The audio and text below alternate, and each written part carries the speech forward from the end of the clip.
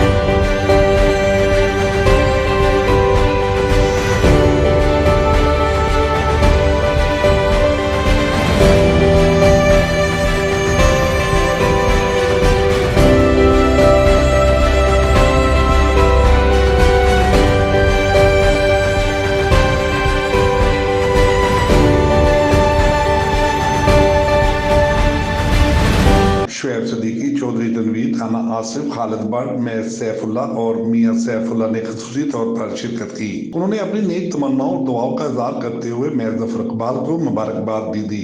जिस पर मेयर जफर इकबाल ने शादी की इस बारौनक तकरीब में आए हुए तमाम मुअज़्ज़ज़ मेहमानान गिरामी का तहे दिल की गहराइयों से शुक्रिया अदा किया और उनकी लजीज खानों से तवाज़ो भी की गई।